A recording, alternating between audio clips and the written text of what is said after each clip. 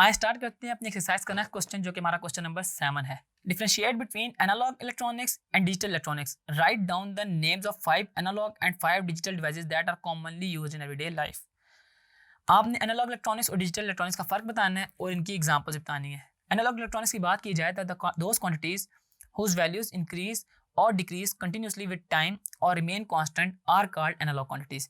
कि ऐसी क्वांटिटीज जो कंटिन्यूसली चेंज हो रही हो टाइम के लिहाज से। The branch of electronics which processes such quantities known as analog electronics.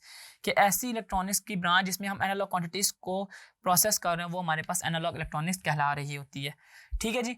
अब एनालॉग डिवाइसेस हैं क्या क्या? हमारे पास refrigerators, electric fans, electric irons, electric lamp, radio receiver, ये सारे के सारे हमारे पास जो है ना एनालॉग इलेक्ट्रॉनिक्स में आ रही होती है। कि हमारे पास इसमें ना आहिस्ता आहिस्ता ना चीज़ें चेंज हो रही होती हैं, कि एकदम 0-1 वाली कंडीशन नहीं होती। अगर आप रेफ्रिजरेटर को भी देखें तो उसमें भी यही होता है कि हमारे पास आहिस्ता आहिस्ता कूलिंग होती है। सिमिलरली फैंस में भी, आयरन में भी, जितनी भी मैंने चीज़ें बताई हैं एनालॉग की, ये सारी की सारी एनालॉग डिवाइसेस में आती हैं।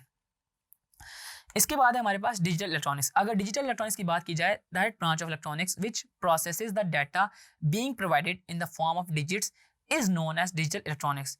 It is being used in modern electronic devices, जिसमें हमारे पास computer, TV, digital camera, mobile phone, security system. इनमें अब जी क्या होता है ना, कंप्यूटर हम ना फॉर एग्जांपल ना इसके ऊपर जस्ट क्लिक करते हैं तो कंप्यूटर शट डाउन हो जाता है या ऑन हो जाता है, एकदम हो जाता है। ठीक है। सिमिलरली कैमरा में भी हम एक क्लिक पे हमारे पास जो इमेज है वो कैप्चर हो जाती है। तो ऐसी चीज़ जो हमारे पास ऑन ऑफ की सिचुएशन में चल रही है वो हमारे पास डिजिटल इलेक्ट्रॉनिक्स में आती है। और ये आपके पास डिजिटल इलेक्ट्रॉनिक्स की 5 एग्जांपल्स थी।